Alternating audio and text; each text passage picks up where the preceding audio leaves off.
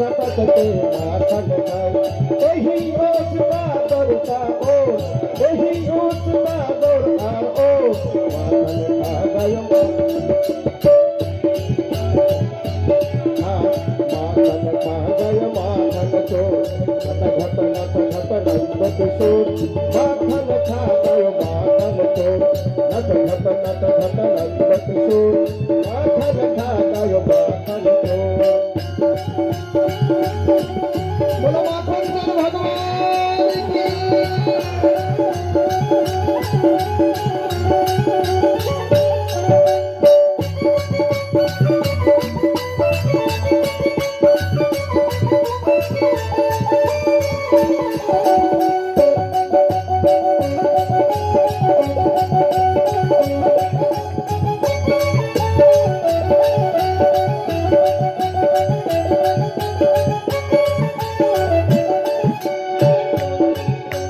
कहाँ भग जाए माखन चुरैया कहाँ भग जाए माखन चुरैया कहाँ भग जाए माखन चुरैया यदि फूलन तेरे मन खराए यदि सुहाए माखन खराए पत्र पत्र दौड़ दौड़ो काना भग जाए पत्र पत्र दौड़ दौड़ो काना भग जाए कभी कदम बेटा निकल आए कभी कदम से बेटा कदम के आए कभी कुछ बेटा नहीं आए गलिया के छोले गलिया में मत गाय चोर और गलिया में मत गाय चोर माखन खा गयो माखन चोर नट घट नंद किशोर माखन खा गयो माखन चोर नट घट नंद किशोर माखन खा गयो माखन चोर ओ माखन खा गयो माखन चोर ओ माखन खा गयो माखन चोर ओ माखन खा गयो माखन चोर। बोलिए माखन चोर भगवान की जय। माखन चोर भगवान खाली माखन चुरी करें ना मन चुरी करें भगवान তিনি হলেন চোরের অগ্রগণ্য তাই তো ভগবানের এক নাম হলো হরি হরি আছে না ভগবানের কি নাম হরি হরি মানে যে হরণ করে তাকে হরি বলে সে হরণ মাখন হরণ গোপীদের বস্ত্র হরণ ভক্তের মন হরণ আর কি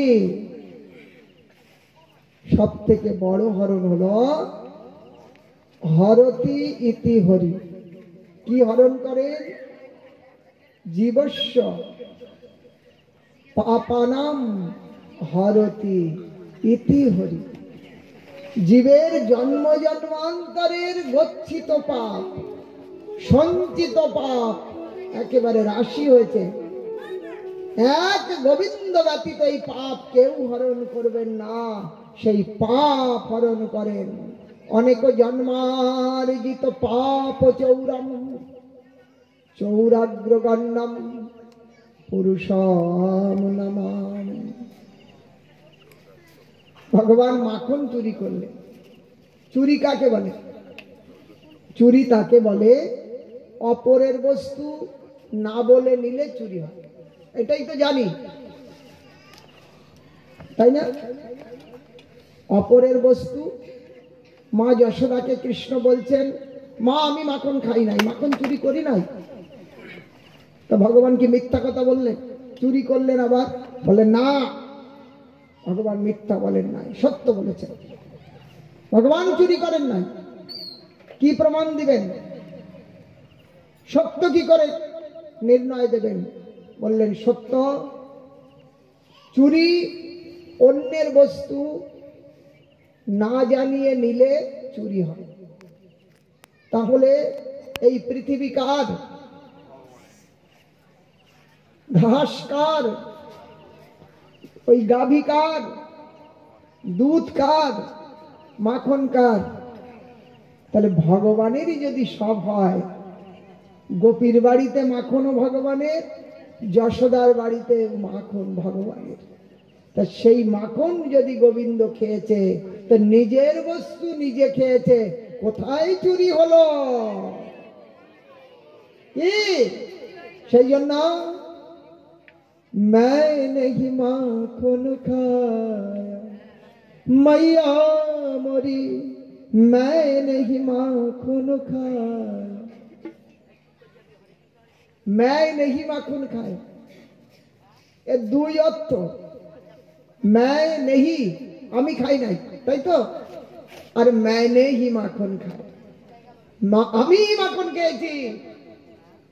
সেই জন্য ভগবানের প্রত্যেক কথা শাশ্বত, সত্য, নিত্য। সেখানে আমরা ভুল ধরতে পারি না, ধরবার অধিকার জীবের নাই। কর্তুম অকর্তুম অন্যথা কর্তুম সমর্থ তিনি ভগবান, তিনি ঈশ্বর। এমনি করে ভগবানের গোপীপতি গোবিন্দের অনুরাগ আরো প্রবল হতে লাগলো। এমনি করে আগে ভগবানের দাম বন্ধন লীলা। একদা নন্দ গৃহদা শিশু, একদা গৃহদা শিশু যশোদা নন্দ গেহিনী কর্মান্তরম নিযুক্তাসু নির্মমন্ত স্বয়ং দধি। নিজেই দধি মন্থন করছেন কৃষ্ণ। ভোরবেলা এসে মায়ের মন্থন দণ্ড ধারণ করেছে। তানি তানি গীতানি চ, তানি তানি গীতানি চ তদ্বাল চরিতানি দধি নির্মন্থন কালে গায়ন্তী তৎচরিতম। দধি নির্মন্থন করছেন আর ভগবানের গুণগান গাইছেন। ভগবান শয়ন করে থাকবেন, ছুটে আসলেন, দধির মন্থন দণ্ড ধরলেন। মা খেতে দাও, খেতে লেগেছে। মা কোলে তুলে নিলেন, স্তন্য দুগ্ধ পান করাচ্ছেন। সেই সময় কোনো গোপী এসে বললেন, মা ওই চুলার দুধ উতলে পড়ে যাচ্ছে। মায়ের মনে ছিল না, তাড়াতাড়ি গোপালকে অতৃপ্ত অবস্থায় নামিয়ে ওই দুধ সামলাতে গেলেন। এদিকে একটা পাথর নিয়ে একেবারে ক্রোধে সেই বিরাট ভাণ্ড তার উপরে মারলেন। ভাণ্ড ফুটে গেল, আর দধি মাখন সব বেরিয়ে চলে এসছে। আর ছোট্ট 1.5 হাতের তো বালক, আর এই গলা পর্যন্ত দধি মাখনে ডুবে গেছে। আর ভয় পেয়ে পালাতে লাগলো। আজকে মা তো ছাড়বে না, অন্যদার বাড়িতে চুরি করেছি, সে তো যেন তেন প্রকারে সামলে নিয়েছি, আজকে সামলাবো কি করে? আজ তো মা ছাড়বে না। মা ফিরে এসে দেখলেন ঘরে একেবারে সব ওই দুষ্টর কাজ বলেই একটা লাঠি হাতে নিয়ে আজকে যদি শাস্তি না দিয়েছে। এদিকে ওই উদুখলে দাঁড়িয়ে মাখন খাচ্ছিলেন, আর মা যেই দেখেছে আর চোখে চোখ পড়েছে, আর একেবারে উখল থেকে লাফিয়ে পালানো শুরু করেছে। হ্যাঁ, দামোদর অষ্টকম আপনারা নিত্য পাঠ করেছেন। সেখানে ভগবান একেবারে উখল থেকে লাফিয়ে পাঠ চললেন, আর মা পেছনে পেছনে চলতে চলতে ভগবান কখনো এই গলিতে ঢুকে যায়, কখনো ওই গলিতে, আর ধরতে পারছে না। বিরাট বাড়ি তো যশোদা। বলছেন দেখ, রাজি রাজি ধরা দে, নতুবা কিন্তু আজ এমন পিটাই হবে। ভগবান বলছে, মা আমাকে মারবে? হ্যাঁ দেখো, আমি একাই, তোমার একটা ছেলে, 10টা 5টা হলে না, একটা মারলে একটা, আমি একা, আমাকে মেরো না মা। বলে দেখ মারবো না, রাজি রাজি ধরা দে, কিচ্ছু বলবো না। বলে রাজি রাজি ধরা দেবো, কিন্তু তোমার হাতে লাঠি দেখেই তো ভয় হচ্ছে। হ্যাঁ, লাঠি দেখে ভয় হচ্ছে না? ওই লাঠিটা কেন নিয়েছ? মা বলছেন দেখ, বুড়ো হয়ে গেছে, বুড়ো কালে তো লাঠি সাহারা হয় না, সেই লাঠিটা নিয়ে তাই চলছে। আজ পরীক্ষিতকে বলছেন সুখদেব, রাজন একবার দেখো কোন সাধনার বল যে সাধকের ভয়ে ভগবান পালাচ্ছে। ভুলে গেছেন তিনি, আমি ভগবান, আমাকে কেউ ধরতে পারে না, আমাকে কেউ মারতে পারে না, আমাকে কেউ বাঁধতে পারে না। আমি ধরা ছোঁয়া বাধার ঊর্ধ্বে। কিন্তু এই মা যশোদা এই তিনটি কাজ নিজে করেছেন, ধরেছেন, শাসন করেছেন, বেঁধেওছেন, তাই না? আজ পেছনে পেছনে ভক্ত ভগবান আগে আগে ভয়ে পালাচ্ছে। কোন সাধনায় এই রকম আছে ভক্তের ভয়ে ভগবান পালায়? আজ লাঠি লাঠি দেখে ভগবান বলছেন, মা তুমি মারবে না তো? বললেন, না মারবো না, কাছে আয়। ভগবান ধীরে ধীরে দুপা আসছে, আবার দুপা পিছিয়ে যাচ্ছে, ভয় লাগছে। মা বললেন, দেখ আমি এই লাঠি ফেলে দিই। লাঠি মা ছুঁড়ে ফেলে দিলেন দূরে। আর তো কোনো ভয় নাই। দেখো মা, মেরো না যেন, আমি কিন্তু তোমার একটাই গোপাল। আজ ভক্ত দুপা, ভগবান দুপা এমনি করে কাছে আসছে, কখনো কখনো ভগবান দুপা পিছিয়ে যাচ্ছেন। যেই যেই মায়ের নাগালের মধ্যে এলো পরীক্ষিত, একেবারে ঝাঁপ করে হাত ধরে ফেললেন, আর দাঁতে দাঁত দিয়ে মা বললেন, দুষ্ট, অন্যের বাড়িতে চুরি করিস, আজ আজ তার প্রমাণ পেয়েছি, আজ তোর দেখ। মায়ের তর্জন গর্জনে একেবারেই ভগবান ভুলে গেল যে আমি ভগবান। একেবারে প্রাকৃত লিঙ্গবাদ, আমার আপনার মতো একটা মানুষের মতো ভগবান সাধারণ হয়ে গেল। হ্যাঁ, রুদন্তম মুহুর নেত্রম যুগ্মং মৃজন্তম করাম্বজ যুগ্মেন শাতঙ্ক নেত্রম মুহুর্শ্বাস কম্পতিরেখাঙ্ক কণ্ঠম স্থিত গৈবদামোদরম ভক্তিবাদ। দুটি হাত দিয়ে কান্না করলে বাচ্চারা, চোখ মলছে, আর গলায় তিনটি রেখা একেবারে স্পষ্ট দেখা যাচ্ছে। সেই রেখাগুলো কাঁপছে ভয়ভীত হয়ে, আর বলছে, মা আর কোনোদিন করবো না, আজকে ছেড়ে দাও, আর কোনোদিন করবো না। একেবারে কাকুতি শতাঙ্ক নেত্র। দোষ ধরা পড়লে ভয় হয়। আজ যেন ভগবান নিজেকে দোষী মনে করে, আজ দোষী মনে করে মায়ের কাছে এমনি করছেন। মায়ের দয়া হলো, তাই বললেন, যদি একটু কিছু দণ্ড না দিই তাহলে আরো উদ্দণ্ড হয়ে যাবে। সেই জন্য মা বললেন, এই দাসী এদিকে আসো, দাসী এদিকে আসো, এই দড়ি আনো তো। সেই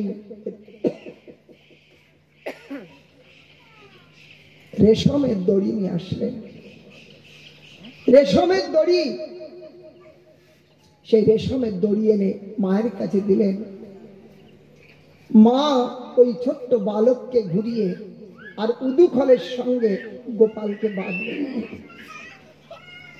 এখন দেখলেন মা যে 2 আঙুল দড়ি কম পড়ল, 2 আঙুল, এইটুকু মুখে মুখে হয়ে গেছে। সামান্য একটু দড়ি হলেই গিট বেঁধে যাবে। তাহলে মা দেখলো যে আরেকটু দড়ি তাহলে জুড়ে দিয়ে আর একটা বড় দড়ি তার সাথে জুড়ে দিল। গিট দিয়ে বেঁধে যখন আবার পুনরায় ঘুরিয়ে নিয়ে আসলো, আবার দেখছেন পূর্ববৎ সেই 2 আঙুল কম। কি ব্যাপার? আবার জুড়লেন, আবার ঘুরালেন, আবার সেই 2 আঙুল। এখন তো মাথা ঘুরতে শুরু হলো যে কি চক্র রে বাবা, এই যতবার করছি এমনি 2-10 বার ওই দড়ি জুড়তে লাগলো, আর ঘুরিয়ে বাঁধতে লাগলো, আর 2 আঙুল করে কম হলো, বেশি নয়, প্রত্যেকবার 2 আঙুল করে। ভগবান যশোদার হৃদয়ের মধ্যে প্রকট করলেন, মা তুমি আমাকে চিনতে পারলে না, আমি যে ভগবান। আমার বহিরঙ্গা শক্তি মহামায়া এই ভূলোক থেকে একেবারে 14 লোক সমস্তকে মায়ার দ্বারা বেঁধে রেখেছে। আমারই শক্তি। আমি কারোর দ্বারা বন্ধন স্বীকার করি না, আমি সবাইকে বেঁধে রাখি। মা তুমি আমাকে বাঁধতে পারো না। বারবার বাঁধবার চেষ্টা করে মা ফেল হয়ে যাচ্ছে। দাসীগুলো বললেন, মা এর কপালে বন্ধন নাই, ছেড়ে দাও মাকে, একে বাঁধা যাবে না। ভগবান মাকে বলছে, দেখো মা, বাধা কাকে যায়? কাকে বাধা যায়? যার সীমা আছে, এদিকে 10 হাত এদিকে 20 হাত, তবেই তো প্রাচীর দিবেন। আর যেখানে সীমা নাই সেখানে প্রাচীর দিবেন কি করে, বাঁধবেন কি করে? তিনি অনাদি, তিনি অনন্ত, তিনি অপার, তিনি অসীম। সেই অসীমকে বাধা যায় মা? আজ বাৎসল্যের কাছে সেই অসীম সসীম হয়ে যায়, সীমিত হয়ে যায়। তাই মায়ের নজরে সেই অসীম ছোট্ট বালক সীমিত। আমি এইটুকু বালককে বাঁধতে পারবো না। এই প্রবল জেদ, দড়ির পর দড়ি জুটতে লাগলেন। আর ওই চেষ্টা করে 2 আঙ্গুল। পরীক্ষিত জিজ্ঞাসা করলেন, গুরুদেব বেশি কম কেন হচ্ছে না? 2 আঙ্গুল কেন বারবার? বললেন, বুঝতে পারছো না? 2 আঙ্গুল মানে 1 আঙ্গুল ভক্তের চেষ্টা মানে সাধনা, 2য় আঙ্গুল হলো ভগবানের কৃপা। এই 2 আঙ্গুল। তাহলে সাধক যদি সাধন না করেন তাহলে গোবিন্দের কৃপা হবে না, তাই তো? তাহলে 1 আঙ্গুল কৃপা আর 1 আঙ্গুল চেষ্টা। এই চেষ্টা সাধক করবে। সাধক যদি আজীবন চেষ্টা করতে থাকে, ভগবানের যদি কৃপা না হয়, সাধক সাধনে সিদ্ধি করতে পারবে না। চেষ্টা আর কৃপা যখন এক জায়গায় হবে, তখন বন্ধন হবে, সিদ্ধি হবে। মা চেষ্টা করে চলেছে, মায়ের কাজ 1 আঙ্গুল, কিন্তু ভগবান ইচ্ছা করছে না। যেই ভগবান আর মা, মায়ের চেষ্টা প্রবল, ভগবান ইচ্ছা করলেন, তখন বন্ধন হবে।